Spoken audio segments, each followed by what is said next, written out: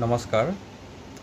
আজি কেইদিনমানৰ পৰা মনটো বৰ বেয়া, দুখ লাগি আছে।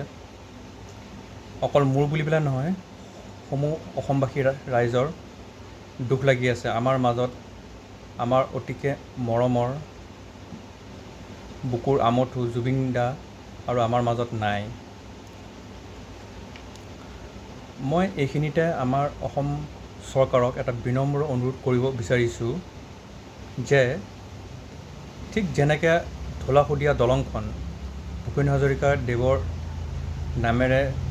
নামত ৰখা হ'ল, ঠিক তেনেকৈ পলাশবাৰী আৰু শুৱালকুছিৰ যিখন দলংখন সেইখন জুবিন দাৰ নামত ৰাখিব পৰা যায় নেকি?